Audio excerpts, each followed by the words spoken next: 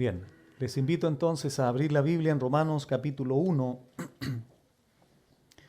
Hoy vamos a compartir la enseñanza número 11. Esta es la enseñanza número 11. En internet entiendo que solo va hasta la enseñanza 8, pero en los próximos días ya se van a subir las siguientes enseñanzas. Hoy entonces, hermanos, vamos a leer el verso 19, desde el verso 19 al verso 22, con el tema la revelación de Dios y la necedad del hombre. Repito, la revelación de Dios y la necedad del hombre.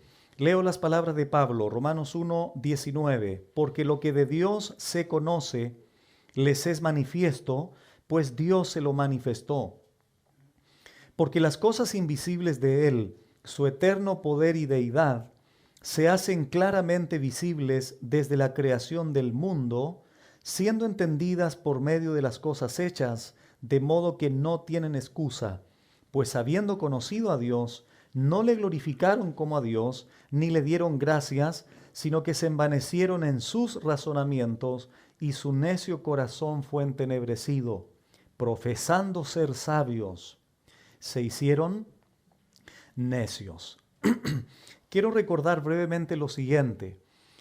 El culto anterior o la reunión anterior, iniciamos el verso 18, donde Pablo establece la culpabilidad del hombre. Y del 1:18 hasta el capítulo 2, Pablo presenta la culpabilidad del hombre gentil, aquel hombre que no es judío. Del capítulo 2 en adelante comienza a manifestar la culpabilidad del judío. Y termina el capítulo 3, Pablo, estableciendo una verdad indudable, que es la siguiente: tanto el gentil como el judío, ambos están o son culpables delante de Dios. Nadie se escapa. Dicho de otra forma. Por lo tanto, la vez anterior iniciamos el verso 18. ¿Qué dijimos en el verso 18? Una de las cosas sorprendentes de ese pasaje es mencionar la ira de Dios. Estamos tan acostumbrados a escuchar el amor de Dios, la paz de Dios, la bondad de Dios, la misericordia de Dios, y eso está bien, porque Dios es eso. Pero no debemos olvidar nunca que Dios también se aira, que Dios también castiga, que Dios también juzga. Esas son las perfecciones de su carácter. No podemos dividir o escoger los atributos que a mí me parecen más interesantes o a mi conveniencia. Si recibimos y aceptamos a Dios, tenemos que conocerlo y aceptarlo y creer en Él en toda la amplitud que su carácter demanda. Por tanto, hablamos que esta ira de Dios se manifiesta, se da a conocer desde el cielo, que es su trono de mando, su trono de gloria, contra dos cosas, contra dos realidades del ser humano, que es la impiedad y la injusticia de los hombres. ¿Qué detienen? Que paralizan con esa misma injusticia la verdad. Eso fue explicado la vez anterior, no voy a mencionar nada más de ese pasaje. Ahora continuamos con el verso 19. Las personas que no lo han escuchado pueden ir a internet y ahí recibir las 8 enseñanzas anteriores para que más o menos se vayan ubicando en lo que vamos a compartir ahora. Antes de leer el verso 19, quiero compartir con ustedes 3 puntos en este sermón. En primer lugar, la revelación de Dios, que tiene que ver con el título. Segundo punto, el rechazo del hombre. Y en tercer lugar, la necedad del hombre. Primeramente entonces, la revelación de Dios. ¿A qué revelación se refiere esto? Leamos el verso 19. Dice, porque lo que de Dios se conoce les es manifiesto, pues Dios se lo manifestó. Voy a leer 2 versiones diferentes para poder comprender un poco más este pasaje antes de explicarlo. Una versión dice así: lo que se puede conocer acerca de Dios es evidente para ellos, pues Él mismo se lo ha revelado. Otra versión dice así: porque lo que se conoce acerca de Dios es evidente dentro de ellos, pues Dios se lo hizo evidente. ¿Qué quiere decir este pasaje 19? El conocimiento de Dios es evidente a los hombres.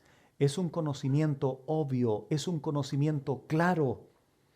Ese conocimiento de Dios es expuesto a todos los hombres. Y es este conocimiento de Dios lo que debe guiar al hombre hacia el Creador para adorarlo, para bendecirlo, para exaltarlo. Como dice más abajo, para glorificarlo, para darle gracias. ¿Por qué? Porque es tan evidente el conocimiento de Dios.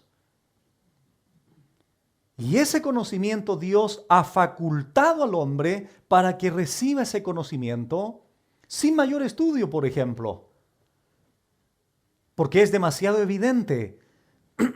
Podemos concluir básicamente entonces con este pasaje lo siguiente: toda persona sabe, aunque lo niegue, que Dios existe y que Dios es real. Pero desgraciadamente no toda persona lo reconoce, lo cree o glorifica a Dios y le da gracias. Si no quedó muy claro el verso 19, lo explica más claramente el verso 20, porque a continuación, ¿qué va a hacer Pablo? Pablo habla del instrumento de esta revelación de Dios, es decir, la creación, es decir, la naturaleza que rodea al hombre. Esa naturaleza, que es la revelación general de Dios o la revelación natural de Dios que llaman los teólogos, esa es la señal de Dios, esa es la huella que Dios deja para favorecer este conocimiento en el ser humano. Por lo tanto, cuando hablamos, repito, del primer punto que estamos desarrollando de la revelación de Dios, nos estamos refiriendo a esta revelación que viene de lo que nos rodea, del mundo que te rodea, de los cielos que están sobre nosotros, las estrellas, los planetas, los ríos, mares, etcétera, etcétera. Eso es lo que Pablo ahora va a señalar en el verso 20, porque el verso 20 es explicativo del anterior.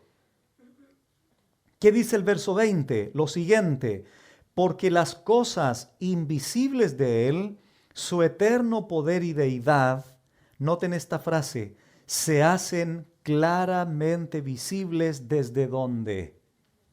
Desde la creación del mundo, siendo entendidas por medio de las cosas hechas. Y aquí hay una afirmación radical de Pablo, de modo que no tienen excusa. Pablo menciona aquí en el verso 20 dos cosas invisibles de Dios. Número 1, su eterno poder. Esto se refiere al atributo de la omnipotencia de Dios. Dios es todopoderoso. De hecho, Dios creó el universo con su poder y sustenta ese mismo universo de la misma forma con su poder. Entonces Pablo dice que esas cosas invisibles de Él, en primer lugar, su eterno poder, su omnipotencia, el instrumento que Dios utiliza para manifestar ese poder es la naturaleza. Y en segundo lugar, menciona la deidad, es decir, su divinidad. Todas sus perfecciones divinas que caracterizan a Dios. ¿Quién es Dios? Su naturaleza divina. Eso, dice Pablo, se hace o se hacen claramente visibles. Nota qué expresión, hermanos. Claramente visibles. No es ambigua la información, es clara la visibilidad de lo que nos rodea. Entonces, si alguien te preguntara, ¿cómo puedo conocer el poder de Dios? ¿Cómo puedo saber de la divinidad de Dios? ¿Qué le puedes decir tú? Observa lo que te rodea. Observa cómo funciona tu propio cuerpo humano. Ve cómo funciona o estudia cómo funcionan los animales, los astros, las estrellas, las galaxias, el universo, etcétera, etcétera, etcétera. Porque eso que observas te va a llevar a concluir algo. Detrás de lo que observamos hay un poder. Detrás de lo que observamos hay una deidad, hay una divinidad. Para muchas culturas es un Dios lejano, es un Dios que está el más allá, es un Dios que tienes dentro tuyo, bueno, etcétera, etcétera. Por lo tanto, esta omnipotencia de Dios que es eterna y su naturaleza divina, de manera muy interesante, Pablo dice, se hacen claramente visibles desde la creación del mundo. En otras palabras, no tienes que ir a Harvard para deducir que hay un Dios. Porque Dios te dice, mira, con mostrarte el universo que he creado, te bastaría para que tú deduzcas de que hay un ser creador.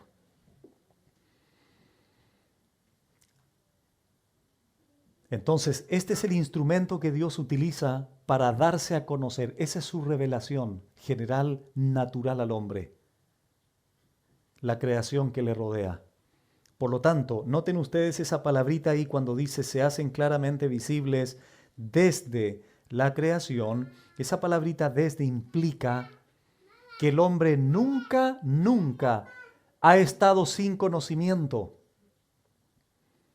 Porque Dios se ha revelado desde el punto de partida de la creación, es decir, en el momento en que Dios creó, inició la creación, de ese mismo momento, a partir de Adán y Eva y todos los seres humanos que venimos de ellos, desde ese momento Dios se ha revelado en la creación. Dios ha puesto su huella en la creación. Dios ha puesto señales en la creación, en la naturaleza que nos rodea.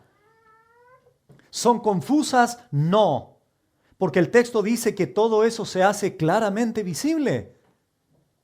No es algo confuso, no es algo ambiguo, no es algo extraño, es algo que se hace claramente visible desde la creación del mundo.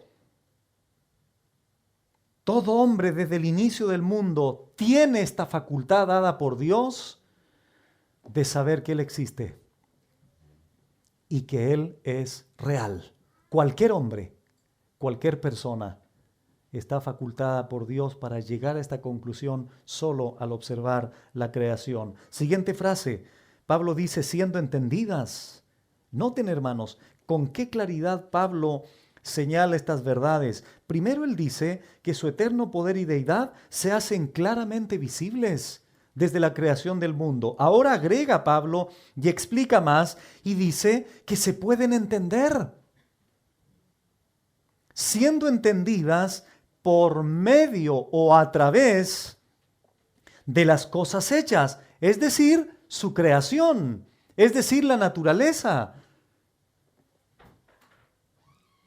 Por lo tanto, las cosas hechas de esta creación permiten que el hombre comprenda, permiten que el hombre entienda, de modo, concluye Pablo, que el ser humano no tiene excusa, no tiene defensa alguna delante de Dios, porque la creación que le rodea es demasiado evidente de que hay un creador que está detrás de toda la misma creación que él sustenta. Por tanto, se puede entender la omnipotencia de Dios y se puede entender la naturaleza divina de Dios. ¿A través de qué, pastor? A través del mundo que nos rodea, a través de las cosas hechas. Cuando lleguemos a Romanos capítulo 2, Dios deja otro elemento de su existencia que es la conciencia del hombre. Tenemos por un lado algo externo al hombre, la creación que le rodea como evidencia de la existencia de Dios. Segundo elemento importante, la conciencia. Dios aborda al hombre desde todas las miradas.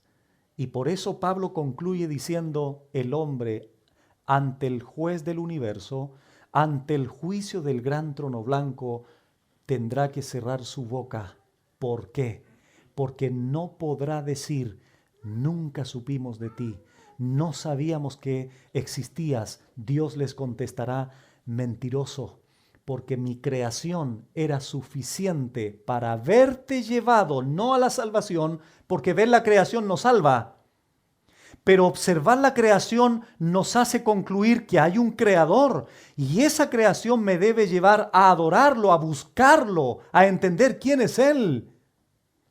Por lo tanto, el ser humano tendrá que cerrar su boca en el tribunal, en el juicio del gran trono blanco, porque no tendrá defensa alguna. Mediante la capacidad de razonamiento, cuando Pablo dice siendo entendidas, el hombre puede comprender algo de quién es Dios. Al ver la creación, repito, por esta razón no tendrán defensa, no tienen excusa delante de Dios. Toda esta manifestación de Dios es suficiente para que el hombre concluya que hay un Dios creador y ese Dios creador es el único Dios verdadero y debe ser adorado. ¿Quién es ese Dios creador? El Padre de Jesucristo. El verdadero Dios, el único Dios, como dice el profeta Isaías, el único y sabio Dios, y no hay más. El destacado teólogo Charles Hodge dijo lo siguiente: por lo tanto, dice él, Dios nunca se ha dejado a sí mismo sin un testimonio.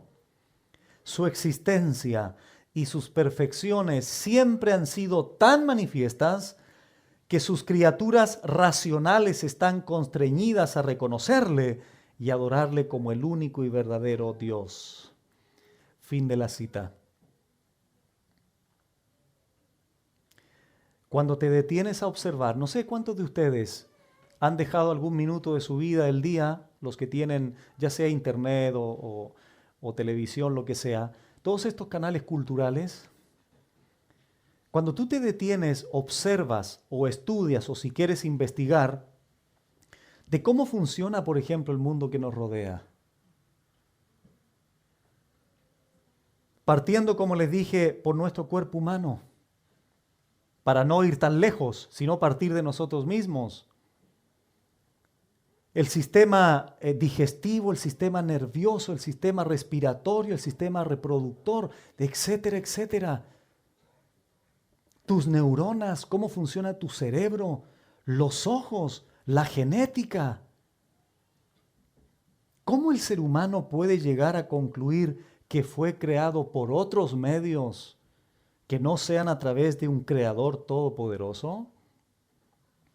Hace, creo, 2 o 3 años atrás, fuimos invitados a unas conferencias del ministerio que se llama Respuestas en Génesis, en Santiago, donde el fundador de este ministerio se llama Ken Ham.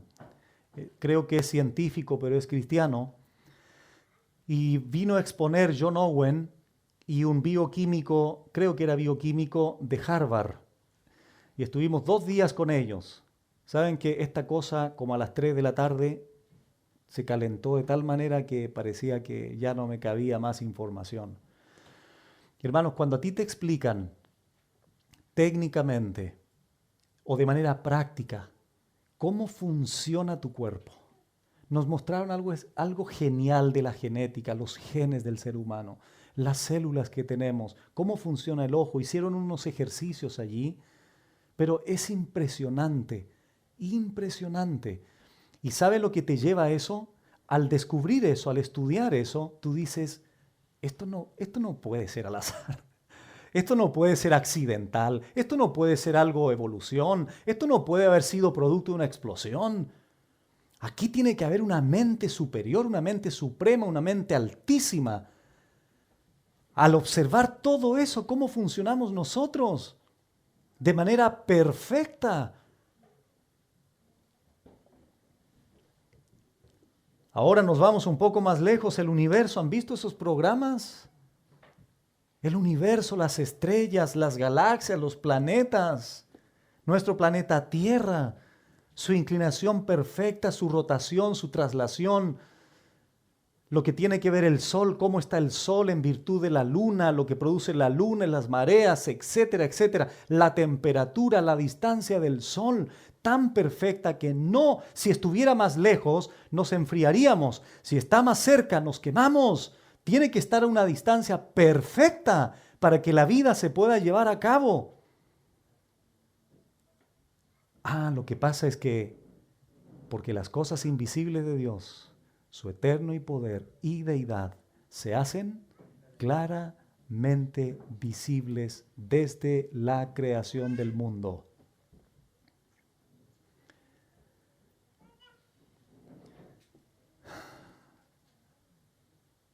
¿Sabías lo siguiente, hermano? Siempre nosotros vemos canales de animalitos y todo eso, nos gusta ver eso. Escucha lo siguiente. Algunas aves son capaces de navegar guiándose por las estrellas. Incluso si son incubadas y criadas en un edificio sin ventanas, si se les muestra un cielo artificial, de inmediato pueden orientarse y encontrar el lugar correcto y la dirección en la que deben migrar. ¿Han escuchado alguna vez el pez arquero? Estoy seguro que ni el hermano Francisco, ni el hermano Gabriel, ni los pescadores de esta iglesia a lo mejor lo habían escuchado. El pez arquero es capaz de disparar gotas de agua con una fuerza y una precisión sorprendentes. ¿Saben a quiénes apuntan esas balas de agua? A los insectos que vuelan sobre el agua. Les disparan, se caen, se los comen. El escarabajo bombardero produce por separado dos tipos de sustancias químicas que al ser liberadas y combinadas explotan ante la presencia del enemigo. Sin embargo, la explosión nunca ocurre antes de tiempo ni causa daño al escarabajo mismo. Evidencias. Animalitos, mira, y yo por cosa de tiempo, aquí podríamos estar con una larga lista impresionante de cómo funciona lo que nos rodea. Nosotros, ¿qué vemos? Puro gato y perro aquí. Pero si tú pudieses ver otras cosas, cómo funciona el universo, los animales, las plantas. Hermanos, está la huella de Dios, está la señal de Dios en el universo. Por eso es que el hombre se hace culpable, porque ante esa revelación evidente, natural, ¿qué hace el hombre? No creo en él, Dios no existe. Mayor será el juicio para esa gente, desgraciadamente. Un científico dijo estas palabras: detrás de cada puerta que abre la ciencia se encuentra Dios. Otro científico de la NASA, al estudiar el gran universo, expresó lo siguiente, cito: resulta difícil saber cuál debería ser la reacción apropiada ante semejantes descubrimientos, excepto la de postrarse de rodillas en total humildad y darle gracias a Dios por haber articulado hábilmente la posibilidad de que esta parte infinitesimal del universo llamada Tierra fuera agraciada con algo llamado aire. Fin de la cita. ¿Sabías que solo en esta Tierra hay este aire respirable y que hace posible la vida?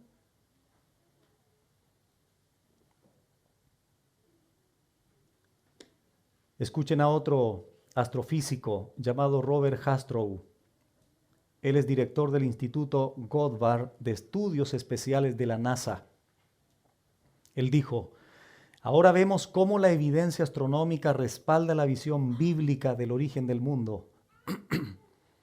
Los elementos esenciales de la astronomía y del relato bíblico del Génesis son los mismos. Consideremos la enormidad del problema. La ciencia ha probado que el universo explotó para llegar a ser en un momento determinado.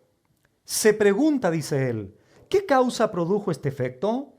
¿Quién o qué introdujo materia y energía en el universo? Y la ciencia no puede responder esas preguntas, dice él. Fin de la cita. Escuchen, hermanos, antes de ir a algunos pasajes de la Biblia. El hombre, quien quiera que sea, de donde quiera que sea, el nivel que tenga, si es de una tribu o es de una ciudad, si es preparado o no es preparado, no importa qué ser humano tú me menciones, ante toda esta afirmación de Dios, exposición de Dios en el universo, ningún ser humano tiene excusa delante de él. Porque todo ser humano asume, por lo que observa en la creación, que Dios existe y que Dios es real. Vamos a ver algunos pasajes. Salmo capítulo 8, lo leyó el hermano Juan Carlos. Este precioso salmo de David. Salmo 8 dice así, del 1 al 4. Oh Jehová, Señor nuestro, cuán glorioso es tu nombre en toda la tierra, esa tierra que él mismo creó. Has puesto tu gloria sobre los cielos, de la boca de los niños y de los que maman, fundaste la fortaleza a causa de tus enemigos, para hacer callar al enemigo y al vengativo. 3. Cuando veo tus cielos, o sea, aquí reflexiona David al observar la naturaleza, las cosas que se hacen claramente visibles, como dice Pablo. Cuando veo tus cielos, dice él, obra de tus dedos, la luna y las estrellas que tú formaste, digo, esto concluye David. Al exponer sus ojos ante la grandeza del universo, él concluye y dice, ¿qué es el hombre?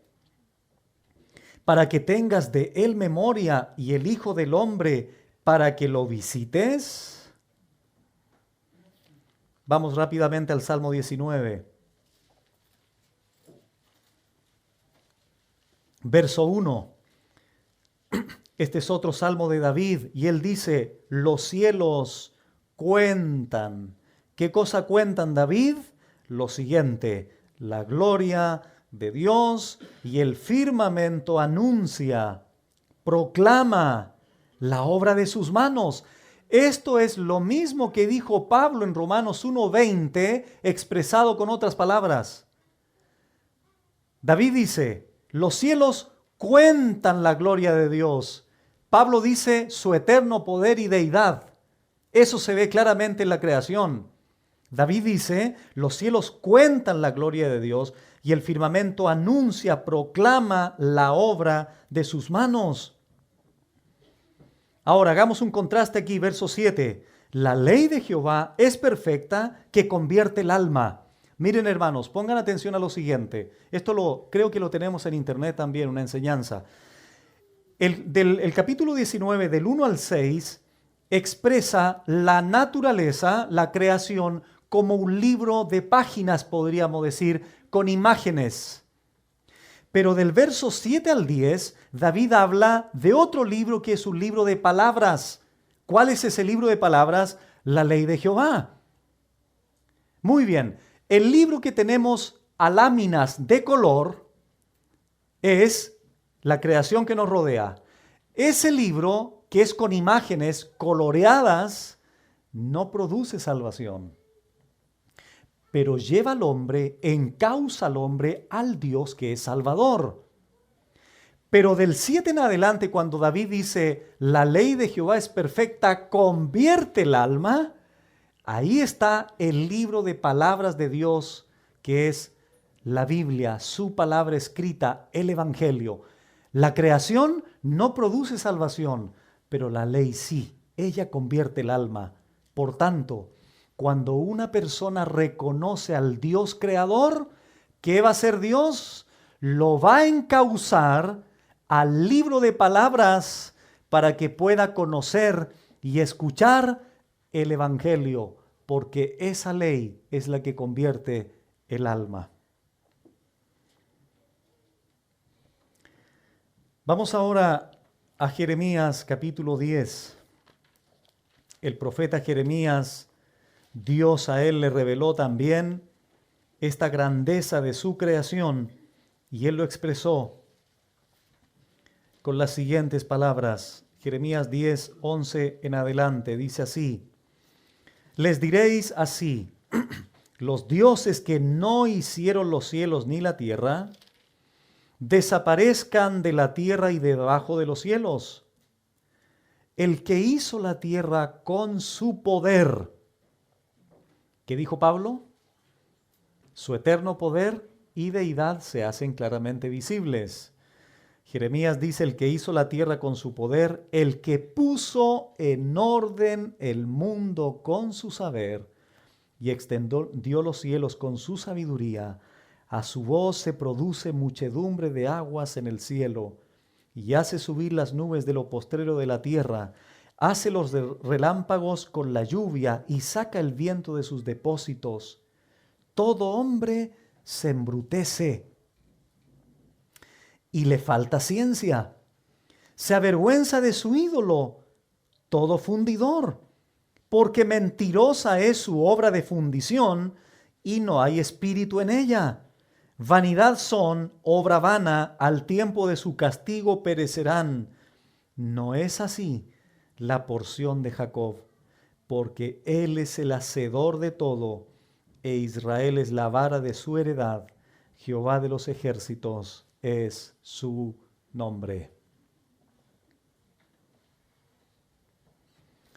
Vamos ahora al capítulo 32 de Jeremías. Verso 17 al 19. Dice así: oh Señor Jehová, he aquí que tú hiciste el cielo y la tierra con tu gran poder. Pablo le llama eterno poder. Y con tu brazo extendido, ni hay nada que sea difícil para ti, que haces misericordia a millares y castigas la maldad de los padres en sus hijos después de ellos. Dios grande, poderoso, Jehová de los ejércitos es su nombre, grande en consejo y magnífico en hechos, porque tus ojos están abiertos sobre todos los caminos de los hijos de los hombres, para dar a cada uno según sus caminos y según el fruto de sus obras. Isaías 40, 26.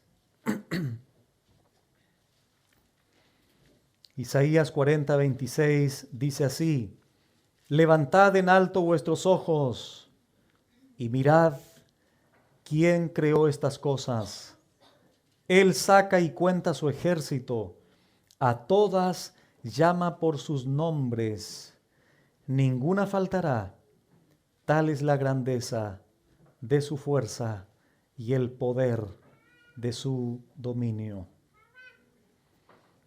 Eso es lo que hace Dios, muestra su gran poder. ¿A través de qué cosa? De la creación que Él hizo. Juan Calvino dijo lo siguiente: la creación es el gran teatro de las obras de Dios. Dios pone su gloria en exhibición continua para admiración de todas las gentes.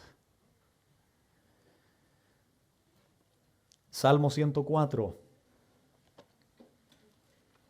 Dejemos que la Biblia hable respecto de este eterno poder y deidad de Dios que se hace claramente visible desde la creación del mundo, para que todo ser humano entienda que hay un Dios y que no puede tener excusa delante de Él. Dice el Salmo 104, verso 10 en adelante: tú eres el que envía las fuentes por los arroyos, van entre los montes, dan de beber a todas las bestias del campo, mitigan su sed los asnos monteses, a sus orillas habitan las aves de los cielos, cantan entre las ramas. Él riega los montes desde sus aposentos, del fruto de sus obras se sacia la tierra. Él, Dios, hace producir el heno para las bestias y la hierba para el servicio del hombre. sacando el pan de la tierra y el vino que alegra el corazón del hombre, el aceite que hace brillar el rostro y el pan que sustenta la vida del hombre. Se llenan de savia los árboles de Jehová. Noten cómo le llama aquí el salmista, los árboles de Jehová, porque implica que Él es el creador, Él es el dueño.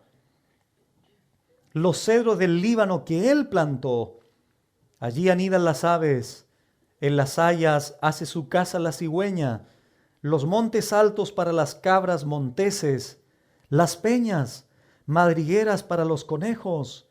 Hizo la luna para los tiempos, el sol conoce su ocaso. Pones las tinieblas y es la noche, en ella corretean todas las bestias de la selva. Los leoncillos rugen tras la presa, escuchen ahora, y para buscar de Dios su comida. Sale el sol, se recogen y se echan en sus cuevas. Sale el hombre a su labor y a su labranza hasta la tarde. Termino con esto. Cuán innumerables son tus obras, oh Jehová. Hiciste todas ellas con sabiduría. La tierra está llena de tus beneficios. Hermanos, escuchen bien. Ante toda esta realidad evidente, clarísima de parte de Dios, ¿qué hace el hombre? No le glorificó y no le dio gracias, que es lo que vamos a ver a continuación. Porque esa es la soberbia del hombre. Esa es la ingratitud del hombre. Es que es tan evidente, hermanos. Eso es lo que señala Pablo en Romanos 1. Ahora bien, permítanme una licencia ilustrativa. Si pudieras preguntarle a un caballo, señor caballo, ¿qué opina usted de la creación? Bueno, ¿no te gusta el caballo? Pregúntale a un conejo. Señor conejo, ¿qué opina usted de la creación? ¿Un árbol te gusta? ¿Un árbol? Ok, pregúntale a un árbol. Don Árbol, ¿qué opina usted? ¿Qué cree que sucedió? Retrocedamos a Job, un libro antes, capítulo 12. ¿Qué crees que te contestarían ellos? Bueno, leamos Job 12, del 7 al 10.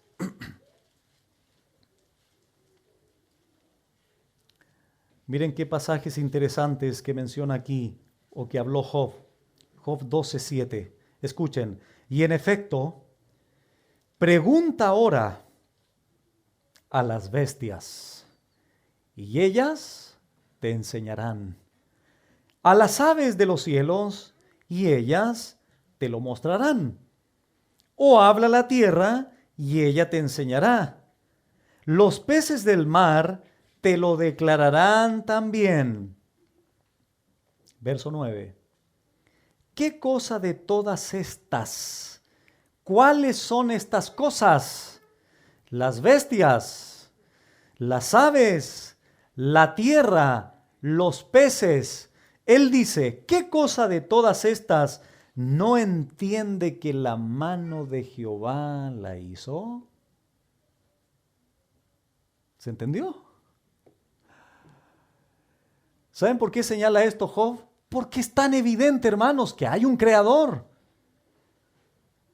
Es tan claro que hay un ser supremo llamado Jehová de los ejércitos que creó el mundo y lo que nos rodea,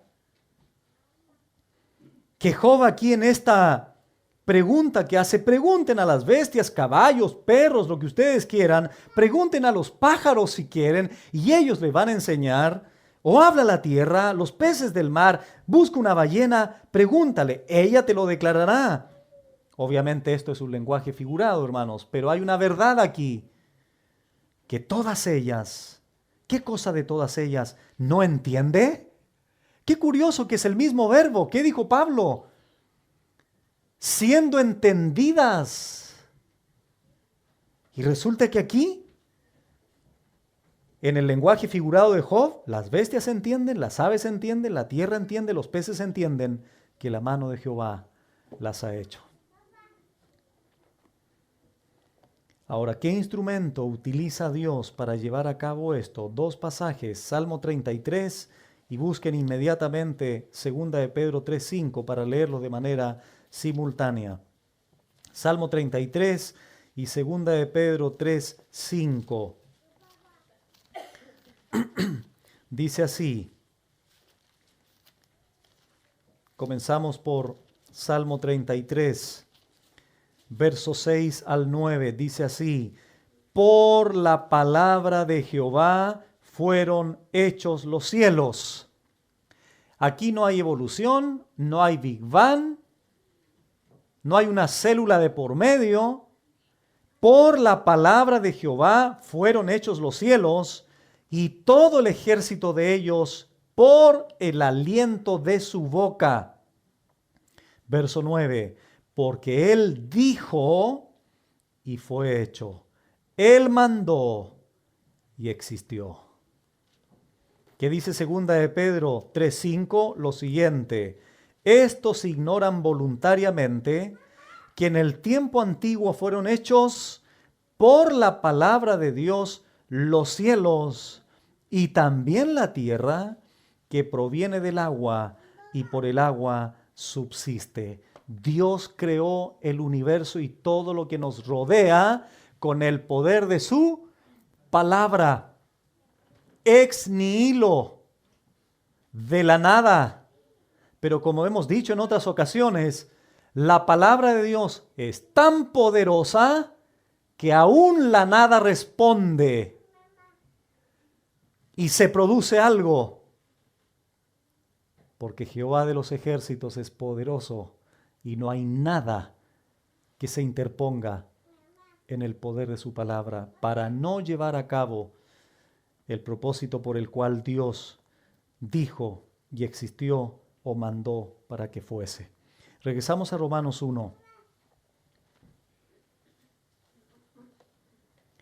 Ahora dice el verso 21, pues habiendo conocido a Dios.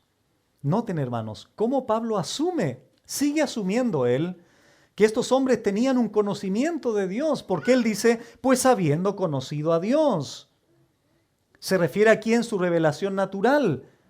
Es lo que señala el verso 19 y 20. Este conocimiento fue a través de ¿qué? Del universo que lo rodea, de las cosas hechas.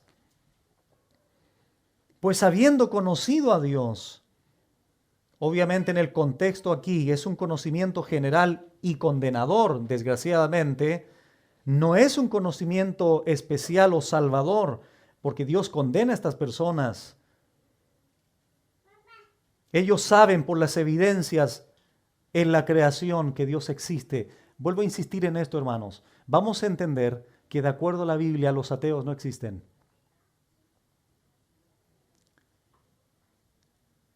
De acuerdo a la Biblia no existen los ateos. ¿Saben por qué?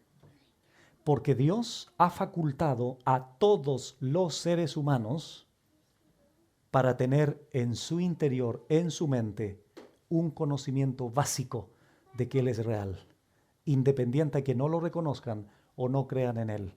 Pero interiormente, en sus razonamientos, saben que hay un ser sobrenatural, como lo vamos a ver también a continuación. Muy bien, dicho entonces esta frase, pues habiendo conocido a Dios, Pablo sigue asumiendo que ellos conocían a Dios a través de lo que les rodeaba. Vamos al segundo punto del sermón, el rechazo del hombre. ¿Por qué? Porque ante este conocimiento, ¿qué dice el texto 21? No le glorificaron como a Dios, ni le dieron gracias, sino que se envanecieron en sus razonamientos y su necio corazón fue entenebrecido. Hermanos, había un propósito de Dios en la creación del universo para con los hombres. ¿Cuál era ese propósito de acuerdo al texto 21? Que estos hombres debían hacer dos cosas.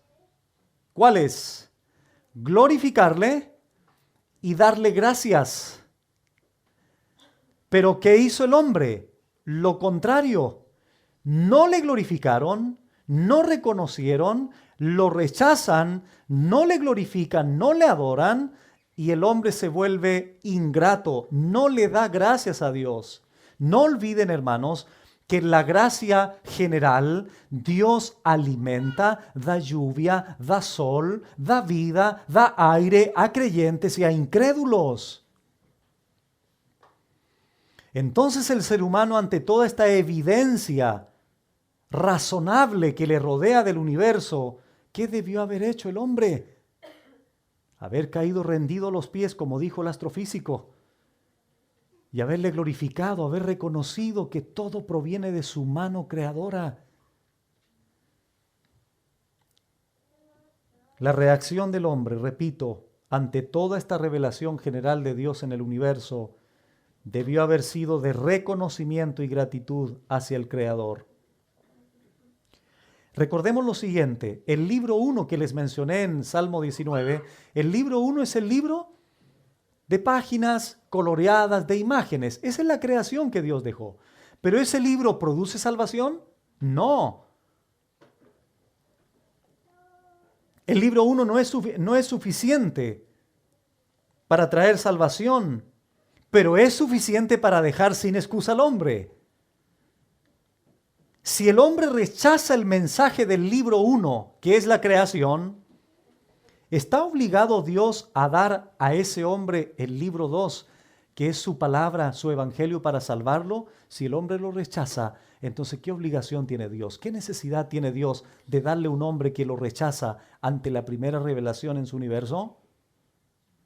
¿Se entiende el razonamiento? Se los ilustro de la siguiente forma. Si fueras un hombre rico y ves a un hombre pobre, y a ese hombre pobre tienes un propósito con él futuro, de seguirlo ayudando, y le das a ese hombre pobre 10,000 pesos. Y te das cuenta que ese hombre pobre lo primero que hizo, ir a comprar alcohol, a comprar droga, y utilizó o mal utilizó y menospreció de esa forma los 10,000 pesos que le diste. Mi pregunta es la siguiente: ¿vas a tener la necesidad y la iniciativa de darle después 100,000 pesos? Yo no lo haría. ¿Por qué? Porque ante al primer favor que se le dio, mal utilizó, rechazó, menospreció, le dio un mal uso a eso. Muy bien, analicemos ahora lo siguiente. Dios da la creación. ¿Saben para qué? Para que el ser humano piense, razone y diga: este universo tan precioso, el aire que respiro, la comida que tengo diaria, la vida que tengo, el sol, la lluvia, la tierra, mi casa, etcétera, etcétera, todo esto que me rodea, los árboles, la naturaleza, debe haber un Dios. Sé que hay un Dios, no sé quién es, pero lo voy a buscar. Dios está cautivando ese corazón. Pero si ese hombre, ante toda la evidencia que Dios le da en la naturaleza, él dice: no existe Dios, no hay Dios, la explosión fue, el Big Bang fue, la evolución fue, una célula fue. ¿Qué necesidad tiene Dios? ¿Qué iniciativa tiene Dios de darte la salvación cuando aún lo básico y elemental que es la creación, el hombre la rechaza voluntaria y deliberadamente?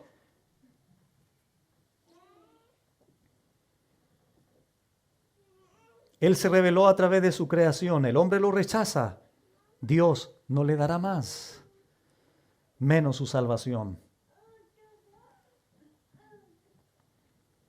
Vamos al tercer punto, la necedad del hombre. Porque el rechazo, repito, lo vimos en la expresión: no le glorificaron a Dios, no lo reconocieron, no lo exaltaron, no lo adoraron, tampoco le dieron gracias, fue un hombre ingrato. Tercer punto, la necedad del hombre. Dice el verso 21b, sino que se envanecieron en sus razonamientos y su necio corazón fue entenebrecido. Aquí están las consecuencias del rechazo del hombre, por no glorificar a Dios y por no darle gracias. En primer lugar, Pablo menciona: se envanecieron en sus razonamientos. Es decir, se hincharon de orgullo, se hincharon de soberbia. Por eso no le glorificaron, por eso no le dieron gracias. Y en segundo lugar dice que su necio corazón fue entenebrecido. Su corazón, aquí ustedes saben, tiene que ver con el centro de la vida del hombre. Sus emociones, sus sentimientos, su voluntad se volvió tinieblas, dice el texto. Su necio corazón fue entenebrecido, fue oscurecido, se volvió tinieblas. ¿Por qué sucedió esto? Bueno, cuando Dios ve el rechazo del hombre deliberado hacia él, entonces Dios enceguece más al hombre, más oscurece su corazón, pero el texto dice, ellos se envanecieron en sus razonamientos y su necio corazón fue entenebrecido. Tanto es así lo trágico, lo caótico de esta realidad, que más abajo, lo vamos a ver en las próximas enseñanzas, es tan caótica la situación del hombre por rechazar a Dios, que más abajo vamos a observar que el hombre de un tronco, de un pedazo de madera inerte, se postra ante él, le reza, espera de él dádivas, le habla, le grita, le clama, a un palo, a un palo. Se entregaron deliberadamente a su lascivia, hombres con hombres, mujeres con mujeres, cambiaron el uso natural por lo que es contra naturaleza, etcétera, etcétera. Esas son las consecuencias del hombre corrupto por no reconocer que hay un Dios soberano y creador que demanda de nosotros darle gloria a Él, darle gratitud a Él, rendirnos a Él, postrarnos ante Él. Pero el hombre no, por su pecado hace lo contrario, lo rechaza, lo niega, no le glorifica, no le da gracias. Entonces, ¿qué va a hacer el hombre? Bueno, sufrir sus propias consecuencias por su rechazo, por su pecado. Por eso es que más abajo dice, Dios los entrega, hagan lo que quieran, dice Dios. Eso es terrible, hermanos, eso es judicial. Hagan lo que quieran. 3 veces aparece en el capítulo 1 y Dios los entregó, y Dios los entregó, y Dios los entregó. Hagan lo que quieran con sus vidas. Pero algún día, dice el Señor, van a estar frente a mí en el juicio final. Así es.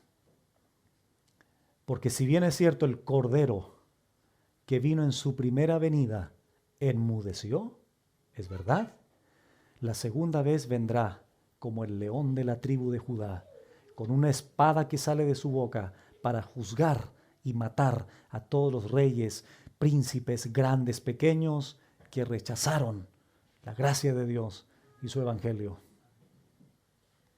Pero nosotros no fuimos puestos para ira, sino que fuimos salvos de la ira de Dios. Esa es la tremenda bendición que tenemos de parte de nuestro Señor. Verso 22. La necedad del hombre. Estoy en ese punto, verso 22, para ir terminando. Profesando ser sabios, se hicieron necios. Profesando ser sabios, se hicieron necios. La palabra necio aquí, insensatos. Una palabra fuerte, pero podríamos decir tontos. Una persona que no razona. Pero estos hombres afirman ser sabios. Pero al hacerlo, al mismo tiempo se hacen torpes, insensatos. Escuchen, hermanos, la mayor necedad de un hombre aquí en la tierra es negar la sabiduría suprema en los cielos. El hombre que rechaza la creación como una evidencia de la existencia de Dios es necio, es insensato a la luz de la Biblia. ¿Qué prefiere creer el hombre en su sabiduría? Todo fue a partir del Big Bang. Todo fue a partir de una explosión, todo fue a partir de una célula, todo fue a partir de un accidente, todo fue a partir del azar. Pero eso es sabiduría humana. En contraste con la sabiduría suprema que sostiene, Dios es el creador. Vamos al Salmo 14. Salmo 14.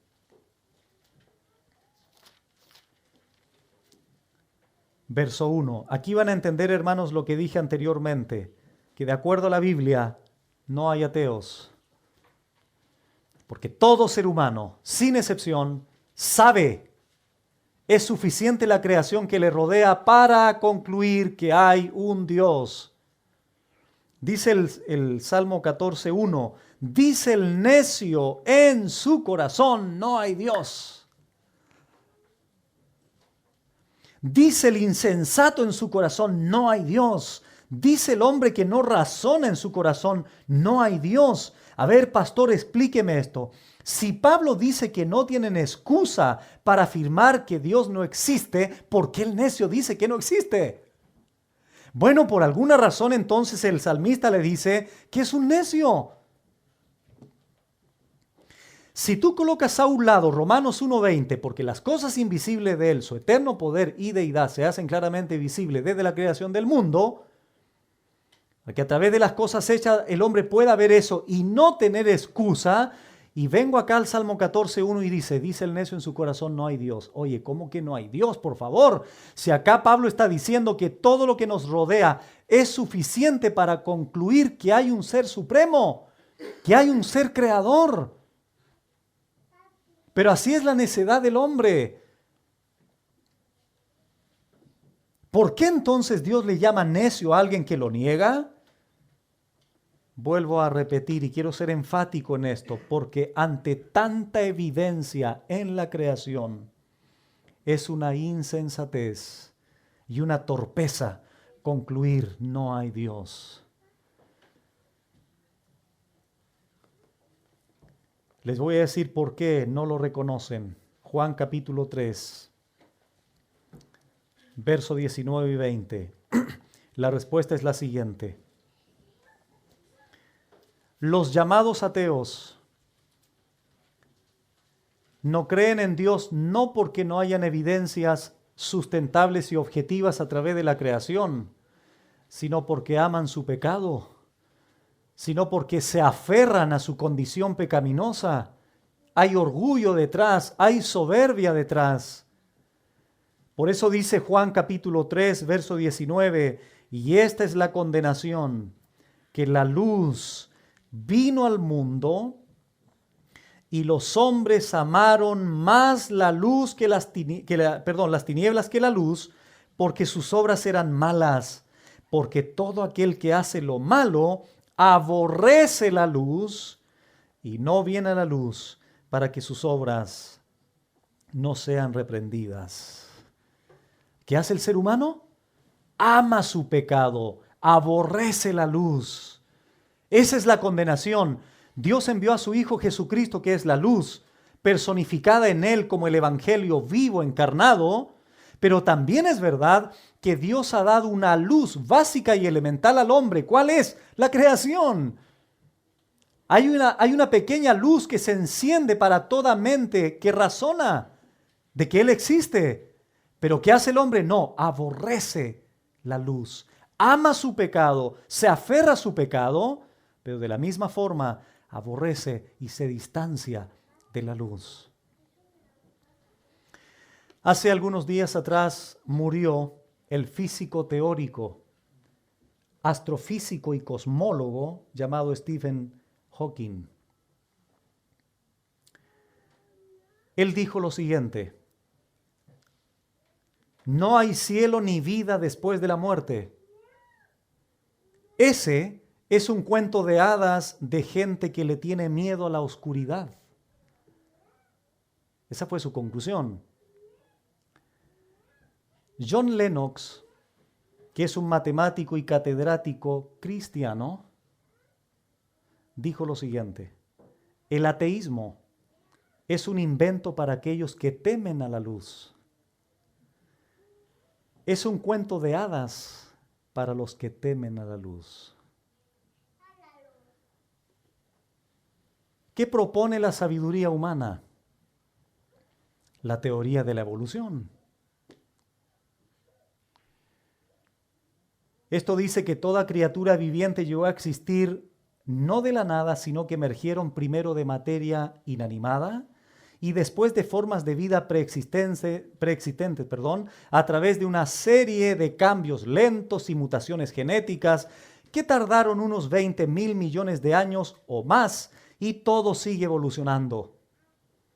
La teoría del Big Bang propone que todo surgió de una explosión.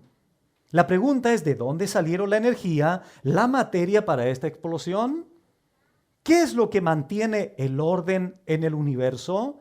¿Dónde se originó la conciencia? ¿Dónde se originó la inteligencia? ¿Dónde se originó la moral? ¿En una explosión? No, fuimos creados por el azar, por un accidente.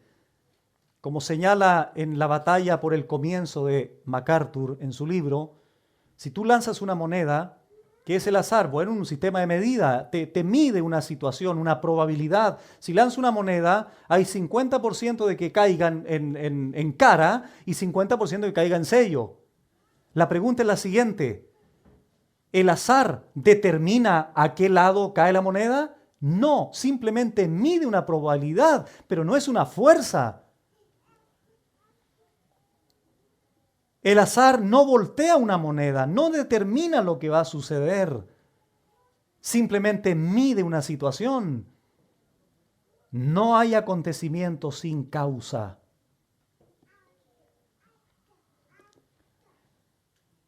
El monte Rushmore, en Dakota del Sur, Estados Unidos. Hay una gran escultura allí con las 4 cabezas de 4 presidentes. No sé si en las películas en algún minuto las han observado. Washington, Jefferson, Lincoln y Roosevelt fueron los 4 presidentes que se representaron en esas piedras allí, talladas de manera perfecta. Cada cabeza tiene 60 pies de alto. Alrededor, de 3 millones de personas visitan al año este interesante monumento nacional. Muy bien, si tú vas ahí un día y observas estas 4 esculturas allí en las piedras, en la roca de esa montaña, y el guía turístico te dice: oiga señor, mire, estas piedras que usted ve aquí, estas formas de caras, se formaron con el viento. Entonces, el viento trajo, mire, la nariz se formó porque el viento trajo pequeñas partículas de piedra, de polvo, y todas se pegaron de una manera perfecta y le salieron las 4 narices a la cara de los presidentes. Mire, los 2 hoyos que ven cada roca, esos 2 hoyos fueron 2 rayos solamente del sol que se metieron en los ojos, y por eso se ve el hoyo ahí de los ojos y eso proyectó. Mire, la pera fue que un día estaban aquí, no sé, sacando piedras por ahí, se cayó el pedazo ese y justo le cayó aquí, la pera le quedó justo debajo. O sea, ¿tú qué dirías dentro de ti? A ver. Una de dos, que el tipo este no es ningún guía, está medio loco, el insensato es él, ¿cierto? El necio es él. Para creerte ese cuento, no, ¿verdad? ¿Qué tendríamos que asumir? Hay un escultor detrás de eso. Por lo tanto, no fue el viento, ni los rayos del sol, ni la lluvia, no, señores. Fue la obra de 400 obreros que trabajaron en ella durante 14 años. Ese es el dato objetivo. En eso me sustento para creer que esas caras que hay ahí no fueron por el azar ni por accidente. No, hubo trabajadores, hubo obreros, hubieron escultores allí. Pero el evolucionista toma el azar y lo hace causa de todo. No, señores, el mundo, dice la Biblia, fue creado por Dios. ¿Dónde dice eso, pastor? En su palabra. Y yo creo su palabra porque tiene sustento, tiene consideraciones objetivas. Es como decir, hermanos, miren, esta cortina que está aquí es roja. Viene otro y dice, no, esta cortina no existe. Oye, a ver, cálmate. ¿Qué color es esta cortina? ¿Qué color es? Azul. Y hay evidencias que existe esto. Así de objetivo, así de claro, así de evidente, de acuerdo a Romanos 1:20, es lo que nos rodea. El hombre con claridad puede llegar a la conclusión que Dios existe y es real, y que lo que nos rodea no es causa por el azar o cualquier otra cosa. Pero desgraciadamente todo esto seguirá siendo siempre la enseñanza que se transmite, por ejemplo, los canales de cultura en televisión. Todavía se está sosteniendo esto en algunas escuelas, por no decir todas, o también universidades. Esa es la necedad del ser humano, que no se puede catalogar de otra manera más que de una torpeza e insensatez. Rápidamente les menciono características de un necio de acuerdo a Proverbios. No lo busquen, lo voy a decir rápidamente. Miren las características de un necio, qué interesante es esto. Por ejemplo, por Proverbios 1:22, el necio aborrece la sabiduría. Proverbios 13:19, el necio se deleita en el mal y no se aparta de él. Proverbios 17:10, al necio la reprensión no le afecta. Proverbios 17:24, el necio no presta atención a la enseñanza. Proverbios 18:2, el necio quiere que todos conozcan sus vanos pensamientos. Para concluir, antes de orar, Hebreos 11. Hebreos 11:3. Hay una interrogante vital que surge y es la siguiente, mientras buscan Hebreos 11. Si Dios se manifiesta tan claramente a través del universo o de las cosas hechas a nuestro alrededor, ¿por qué los seres humanos no lo reconocen y no creen en Él? Dice Hebreos 11:3 lo siguiente.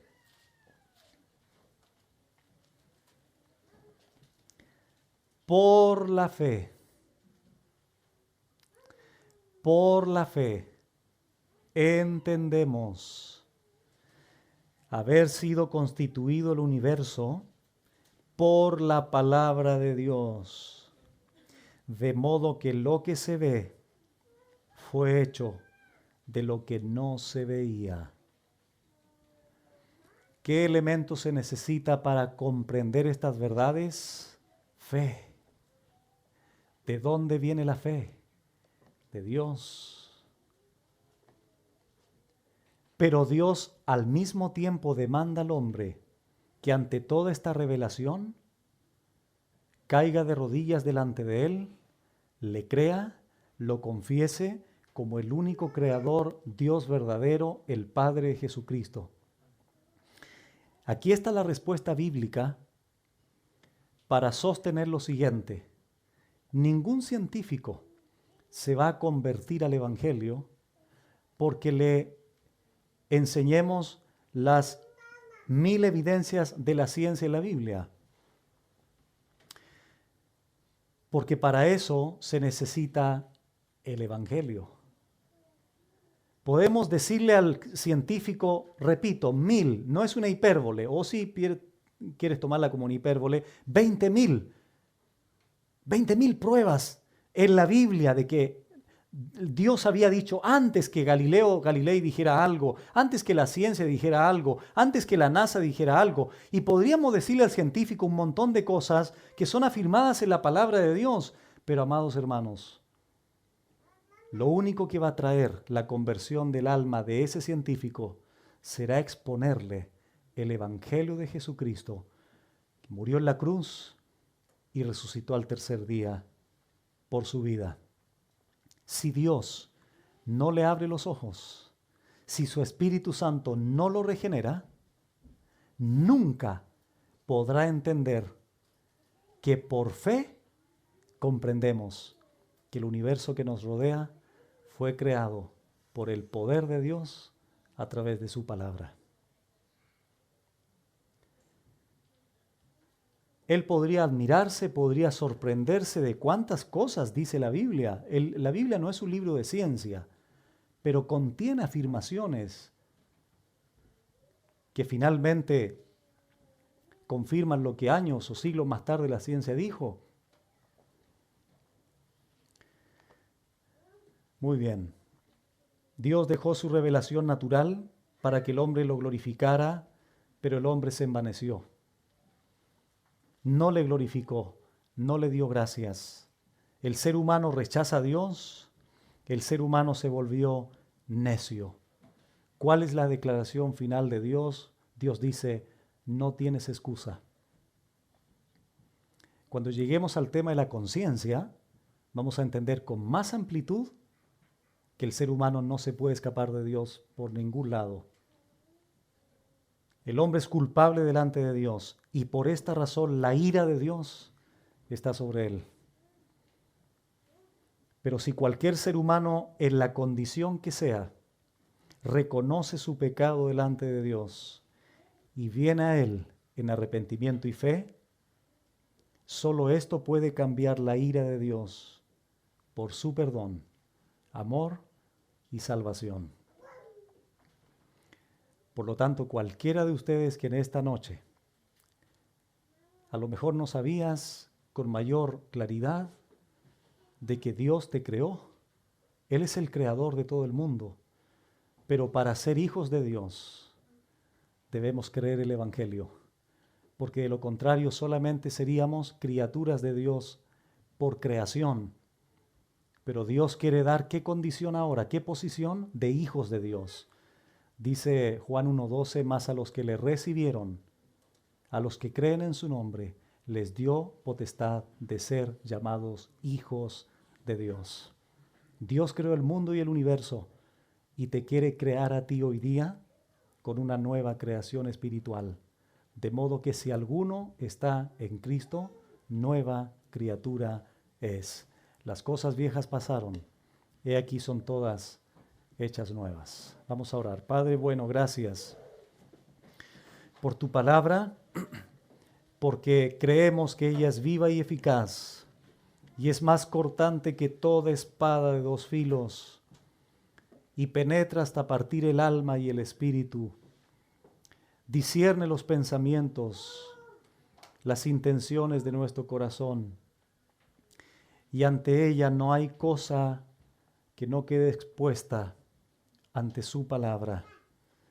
Gracias, Señor, por entender que tú eres el creador de todas las cosas y nos has dejado evidencias en la creación que nos rodea.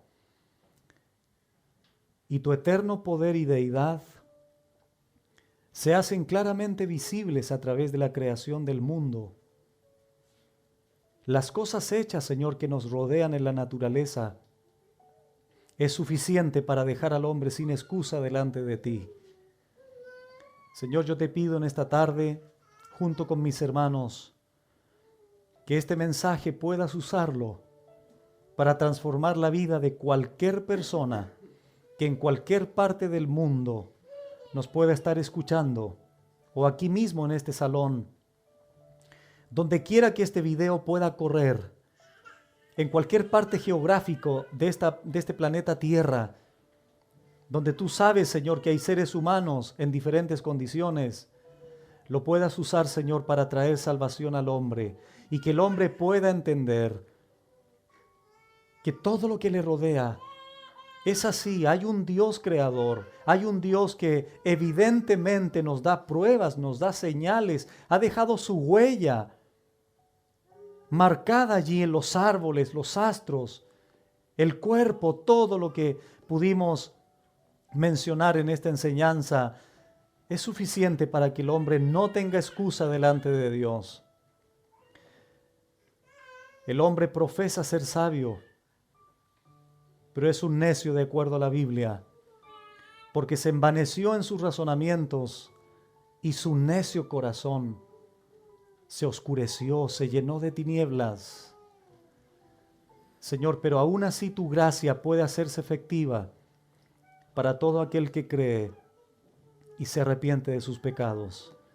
Señor, por favor, usa este mensaje, usa esta enseñanza para traer salvación y tus brazos de gracia puedan acoger al pecador que viene a ti en arrepentimiento y fe. Gracias, Señor, por tu palabra y gracias por esta enseñanza en Cristo Jesús. Amén.